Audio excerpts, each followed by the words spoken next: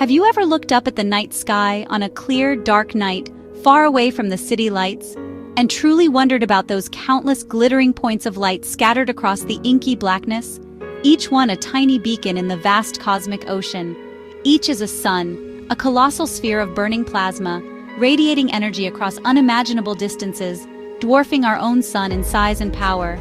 We see them as serene and eternal, fixed points in the celestial sphere, but their reality is far more dynamic and dramatic, a constant dance of creation and destruction. Stars are born, coalescing from vast clouds of gas and dust. They live, burning brightly for millions or even billions of years, powered by the relentless fusion of hydrogen into helium. And they die, each stage more spectacular than the last, from gentle fades to violent supernova explosions that seed the universe with heavy elements. Their life cycle raises profound questions that have captivated humanity for millennia. Where do stars come from? What are the conditions necessary for these cosmic furnaces to ignite? What forges them? What are the incredible forces at play within their cores, forging heavier elements from lighter ones? And what happens when they die? Do they fade away quietly or explode in a blaze of glory, leaving behind remnants like black holes or neutron stars? The journey of a star connects the vast cosmos, the grand scale of galaxies and nebulae, to the atoms within our bodies, the microscopic building blocks of life. To understand stars is to understand our own origins. We are, quite literally, children of the stars, stardust brought to life. The atoms in our bodies, the carbon, oxygen, and iron that make up our flesh and bones, were forged in ancient stars that lived and died long before our sun even existed. So when we ask about the life of a star, when we delve into the mysteries of stellar evolution, we're also asking about ourselves, about our place in the universe. Let's embark on this journey, from the birth of a star in a swirling nebula to its dramatic end as a supernova or a black hole, and discover the fundamental forces that shape the universe and ultimately, ourselves. Every star's story, no matter how brilliant or distant, begins in a stellar nursery. These nurseries are nebulae, vast and sprawling clouds composed of gas and dust, adrift in the immense emptiness of space. They are the cosmic cradles where the building blocks of stars come together. These nebulae are not only visually stunning, stretching for light years across the cosmos, but they are also dynamic environments where powerful forces are constantly at work. Within these swirling clouds of color and light, the seeds of future stars are being sown.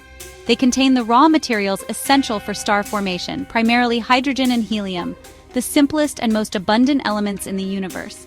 These gases provide the fuel for the nuclear fusion that will eventually power the stars. These elements are, in essence, remnants of the Big Bang, the event that birthed the universe itself. They are the fundamental building blocks from which all stars, planets, and galaxies are formed. For millions of years, these clouds drift quietly through the galaxy, seemingly undisturbed. The gas and dust particles float gently, awaiting the event that will spark their transformation. But this tranquility is often shattered by a disturbance, such as a shock wave emanating from a nearby supernova explosion. This cataclysmic event sends ripples through the nebula, triggering a gravitational collapse within the cloud. Gravity, the universal force of attraction, then takes over. It begins to pull the gas and dust together, drawing them into increasingly dense clumps. As these clumps grow in size and density, their gravitational pull intensifies, attracting even more surrounding material. This process of accretion continues, feeding the growing clumps and accelerating their development. The original cloud begins to fragment into numerous smaller, denser cores. Each of these cores becomes a swirling vortex of gas and dust, a potential birthplace for a new star. As a core collapses under its own gravity, the pressure and temperature at its center begin to rise dramatically. The core starts to glow, a sign of the intense heat building within. This hot, dense object is now classified as a protostar.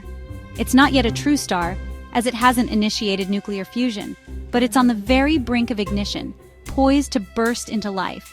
The protostar shines brightly, radiating the heat generated by its gravitational collapse. This glow is a precursor to the true brilliance that will emerge when fusion begins. The formation of a protostar represents the final critical step in the long and complex process of star birth. It is a pivotal moment in the ongoing story of the universe. Soon, within the heart of the protostar, the conditions will become so extreme that nuclear fusion will ignite. hydrogen atoms will fuse together to form helium, releasing tremendous amounts of energy. The stage is now fully set for the grand and awe-inspiring birth of a new star. The protostar gathers mass, growing hotter and denser. At its core, temperatures soar to millions of degrees. Here, the universe's greatest transformation begins: nuclear fusion. Hydrogen atoms fuse to form helium, releasing immense energy, Einstein's EMC2 in action. This energy pushes outward, balancing gravity's inward pull. When these forces reach equilibrium, the protostar becomes a true star. It now shines with its own light, entering the main sequence, the longest, most stable phase of its life. The star blows away its remaining cocoon, revealing itself to the universe. Its color and brightness depend on its mass. Massive stars are blue and hot. Smaller ones are red and cool. Our Sun is a main sequence star, a perfect example of this stable phase. In the main sequence, a star steadily fuses hydrogen into helium, radiating light and heat. This phase is a star's stable adulthood, lasting billions of years. Our Sun, a yellow dwarf, is halfway through its main sequence life. Its steady energy has allowed life to flourish on Earth. But a star's lifespan depends on its mass. Massive stars burn bright and fast, living only millions of years. Smaller red dwarfs burn slowly, lasting trillions of years, longer than the universe's current age. Not a single red dwarf has yet died. They are the universe's ultimate survivors. Main sequence stars are the silent witnesses to cosmic history, but even their stability cannot last forever. Eventually, every star must face its end. When a star exhausts its hydrogen fuel, its core collapses and heats up. A shell of hydrogen around the core ignites, causing the star to swell into a red giant. Our Sun will one day expand, possibly engulfing Earth. For massive stars, the transformation is even more dramatic. They become red supergiants, some larger than the orbit of Jupiter. Inside, the core fuses helium into heavier elements like carbon and oxygen. In supergiants, fusion continues, creating elements up to iron in concentric shells. The star is in a desperate battle, forging new elements in a frantic attempt to survive. But iron is the end of the line. Fusing it consumes energy instead of releasing it. The star's fate is sealed. The final moments are near. The stage is set for one of the universe's most violent events. The supernova awaits. The creation of an iron core marks the end for a massive star. With no energy left to support it, the core collapses in less than a second. The collapse rebounds, creating a shockwave that blasts the star apart, a supernova. For a brief moment, the explosion outshines an entire galaxy.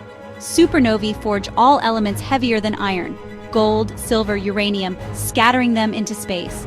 The expanding debris forms a supernova remnant, enriching the cosmos with the building blocks for new stars and planets. The death of one star seeds the birth of many more. It's cosmic recycling on a grand scale. From destruction comes creation. The universe renews itself through these spectacular deaths. What remains after a star's death depends on its mass. Sun-like stars shed their outer layers, creating a glowing planetary nebula. The core becomes a white dwarf, dense, hot, and slowly fading over billions of years. For massive stars, the core's collapse creates something even stranger.